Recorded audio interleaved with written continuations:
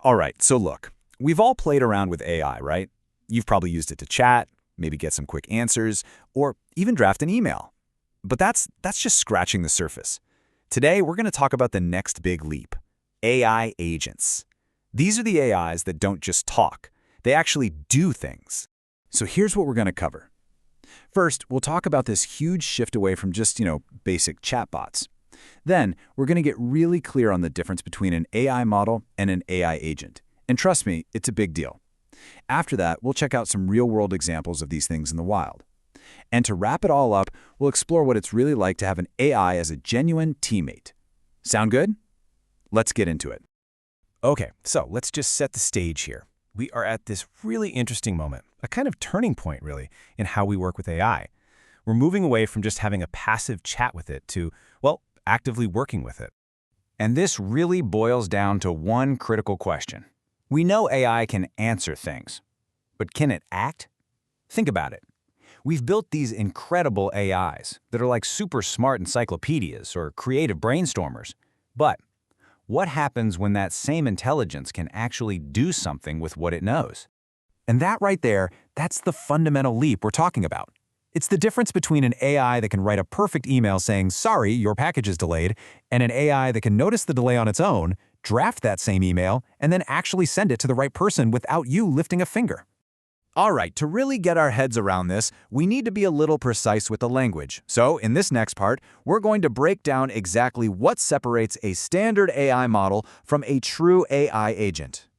Now, this definition is super important. An agent isn't just passively waiting to answer a question. No, it's actively trying to achieve a goal. You give it an objective, and it goes off on its own to observe what's happening, reason through the problem, and take action to get it done. And this whole thing is a constant cycle. It never really stops. The agent looks at the situation, that's observe. It thinks about a plan, that's reason. It picks the best next step, decide, and then it does it, act. But here's the cool part. After it acts, it looks at what happened and starts the whole loop over again, learning and adapting as it goes. This table here really lays it all out. Just look at the output row for a second. A model, it just creates content. Text or an image. But an agent, it actually completes a task. Now check out independence. A model is totally passive. It just sits there waiting for you. An agent, on the other hand, can actually plan and execute a whole series of steps all by itself. I love this analogy because it just hits the nail on the head. An AI model is like a super smart textbook. It has all the information in the world, but it can't actually do anything for you. An AI agent, though, that's like a smart personal assistant. It takes all that information and actually uses it to book your flight, schedule that meeting, or organize your calendar. Okay, so that's the theory. It makes sense, right? But now let's get into the fun stuff. Let's see how this actually works in the real world. Where are people using these agents, and what are they actually getting them to do? So when you look at the business world, you'll see that agents mostly fall into two main categories, two big buckets. You can kind of think of them as the front office talker and the back office doer. All right, first up is the conversational agent. And this is probably the one you're most familiar with, but think of it on steroids.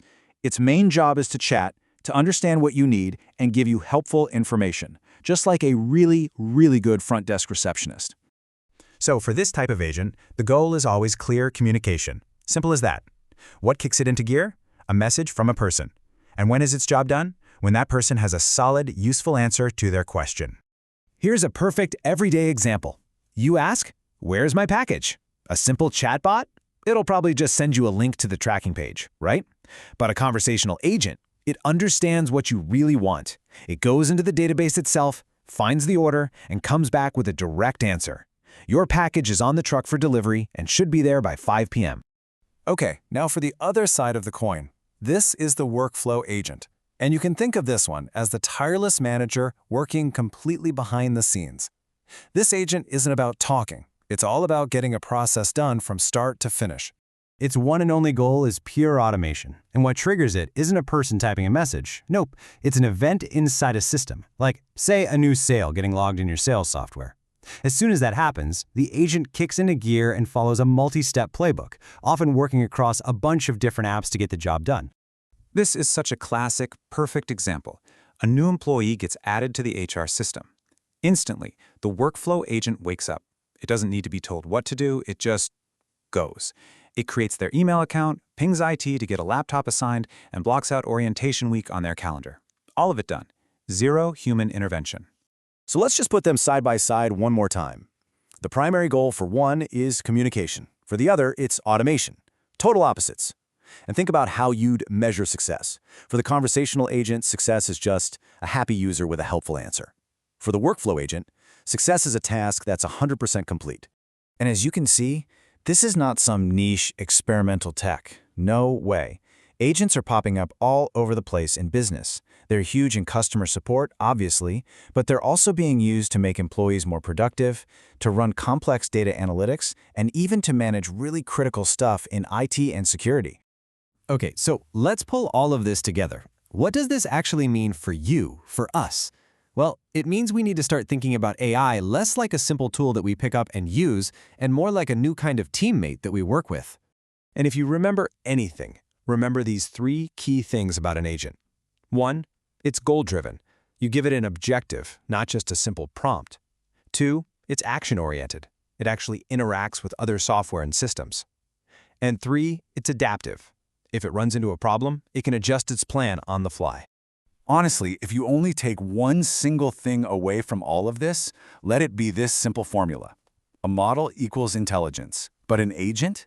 An agent is that same intelligence, plus tools, plus the power to take action. That's the secret sauce. That's the magic combo.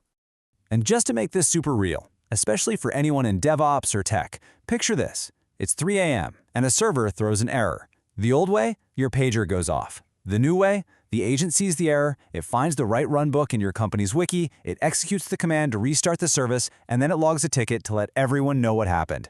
That is an absolute game changer. So I'll leave you with this final thought. Forget just asking an AI a question for a minute. If you had a truly intelligent, totally tireless new teammate, an agent ready to get to work right now, what's the very first goal you would give it? What's the first big task you would hand over?